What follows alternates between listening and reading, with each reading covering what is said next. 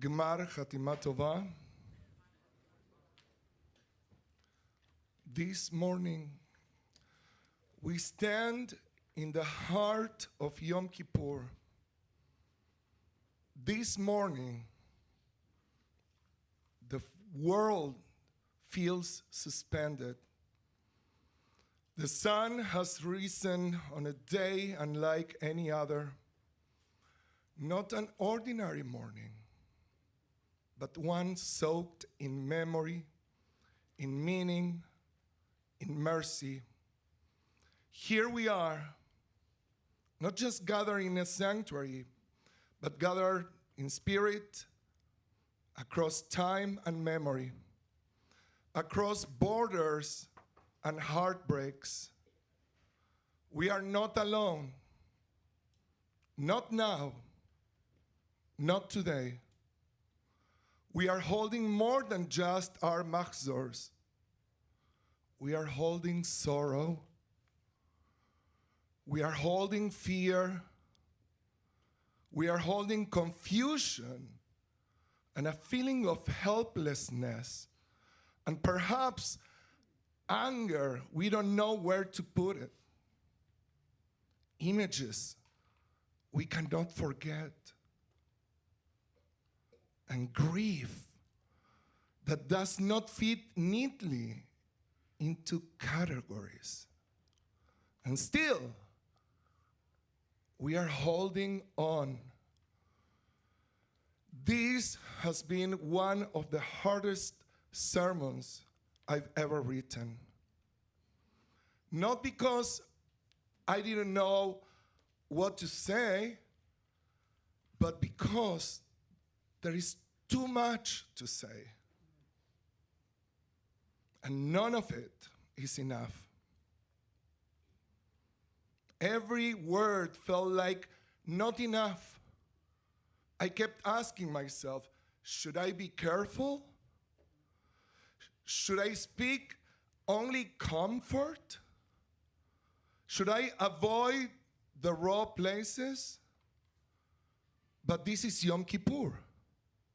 And Yom Kippur is not a day for safety. It's a day for truth. A day for cleansing. A day for looking God in the eye and saying, here I am. In all my mess, in all my pain, in all my longing to be better than I have been. So here is my truth. I am heartbroken. I am afraid. I lie awake thinking of children I will never meet. Some Israeli, some Palestinian, many, sadly, already dead. Some hiding in fear, some asking questions no adult can answer, and all of them crying, all of them human, all of them God's children. All of them, lives that matter. And all of them, someone's child. And I know it's complicated. I know the layers run deep. Trauma, politics, memory, fear, decades, centuries, stories too painful to speak aloud because cycles of fear, anger, and hate repeat themselves with no one, and when no one is brave enough to break them. They repeat themselves when no one is brave enough to break them. And still, there is something simple beneath the complexity. Every child's life is sacred. Every parent's grief is profound. Every innocent person who dies in a tragedy is not just a footnote.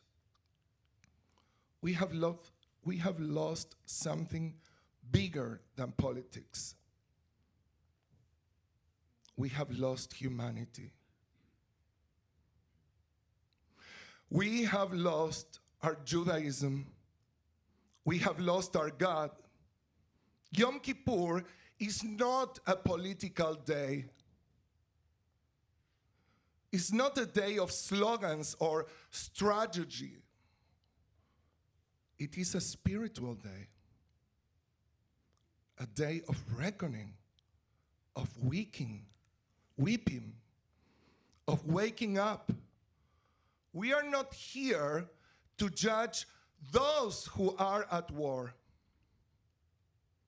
We are here to be judged by God, by ourselves, by the still small voice within.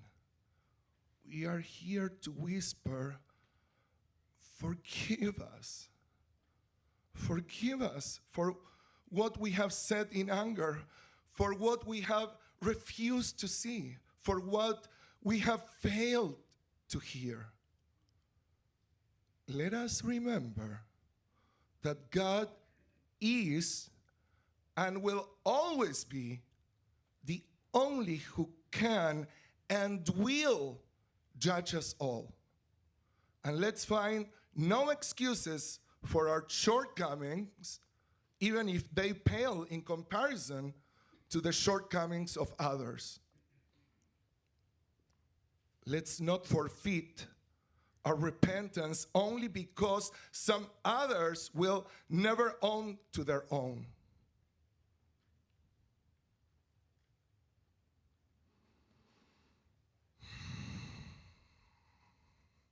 Let's not only ask God to hear our prayers, but let's strive ourselves to hear God's voice as well and humbly accept whatever decree and judgment may come our way. Let us feel the presence of God all around us, and let's do everything that's in our power to not let hate into our souls. Anger is easy. Anger is easy. Compassion is courage. I once heard someone say, compassion is the courage to feel. Our Torah doesn't say choose sides. Our Torah says choose life. It says, do not stand idly by the blood of your neighbor. I'm not here to tell you how to think about borders or history or politics or power. I'm here to beg you, do not let your heart turn to stone. Do not let fury or indifference be the last word. On October 7, 2023, at the Nova Festival and along the portion of Israel bordering Gaza, we began yet another cycle of reliving the story of Cain and Abel, a story of violence between brothers, called the Mei Achicha Tzoakim Min Ha'adama. Blood is crying at us from the ground. Can we hear it?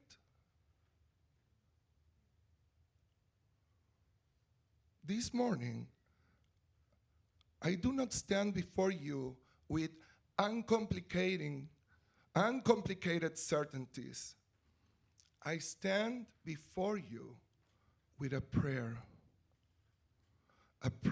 for the souls in pain, a prayer for the wounded and the waiting, a prayer for the hearts that no longer know how to beat with hope, a prayer for our enemies to reconsider their actions, a prayer for our people, and yes, a prayer for ourselves, because our own souls are on the line too. Because our own souls are weary, our own souls are raw, and Yom Kippur asks us to bring that rawness to God and say, I cannot carry this alone. I cannot keep pretending I am okay. I cannot keep numbing myself just to survive. So please, God, help me. Help me not to turn away. Help me to stay soft when the world teaches me to harden. Help me to be able to cry if I feel it, if I feel like it. Or at least help me not to be deaf to the millions who are crying. Help me to remember that every human being is a reflection of God. Even the ones I struggle to understand, even the ones I fear, even the ones I don't want to forgive. Because if I forget that, then I'm no longer living as a Jew. I am merely existing. And that is not what we were created for. We were created to feel, to stretch our hearts past what is comfortable, to carry both memory and mercy in the same breath, to cry out not just for justice, but for healing. I don't know when peace will come. Maybe in our lifetime, maybe in our children's, maybe not for another 100 years, maybe not until every grave has been wept over. Maybe not until we run out of excuses for why death was ever acceptable. But until peace comes, it is our responsibility to pursue it. To be Rodfei Shalom, seekers of peace. What we do here today matters. We should not abandon our dreams just because it feels far away. We should not give up on compassion just because it is not reciprocated. We should not dehumanize the other just because of our own grief. We must be the ones who keep the dream alive. We must be the ones who teach our children that peace and love are possible, even when the world says otherwise. The Unetane Tokef reminds us of the truth that pierces the soul. Who will live and who will die? Who by fire and who by water? Who will be at peace and who will be shaken? We read it every year. But this year, it takes on a deeper meaning. This year, too many names are missing. Too many. Too many seats are empty. Too many children won't get to grow up. And it is unbearable. But the prayer doesn't end there. It doesn't leave us in despair. It says, Teshuva, tefillah, and tzedakah ma'avirin et roa akzeira. Repentance, prayer, righteousness. These are our tools. These can soften the severity of the decree. Let me tell you about Yom Kippur 1944. Auschwitz. 800 Jewish women starved and forgotten by the world, crowded into barrack, one candle, one tattered prayer book. And you know what they did? They didn't just recite the Kol Nidre. They wept it. Can you imagine what that sounded like? No family, no food, no freedom, and still they fasted. Not because they had to, but because they chose to. Because even as they stared death in the eyes, they still knew their souls matter. That is what we do here today. We stand before God, trembling and saying, we are still yours, and you are still here with us. And I want to say this, especially to our children, to the next generation. You are inheriting a world on fire. But please don't let that fire burn away your capacity to care. Please don't let the shouting drown out your conscience. Please don't stop praying for a world you haven't seen yet. Because one day it may come. One day the world might look back and say, it was their prayers, their pain, their faith that turned the tide around. I don't know how to fix the world, and I do not want to lose my heart trying to understand it. I don't want my son growing up in a world where some lives are considered less sacred than others. I want him to know that justice without compassion is not justice at all. So this morning, I asked God for something bold. Not for an end to the war, but for an awakening of the soul. Not for easy peace, but for holy courage.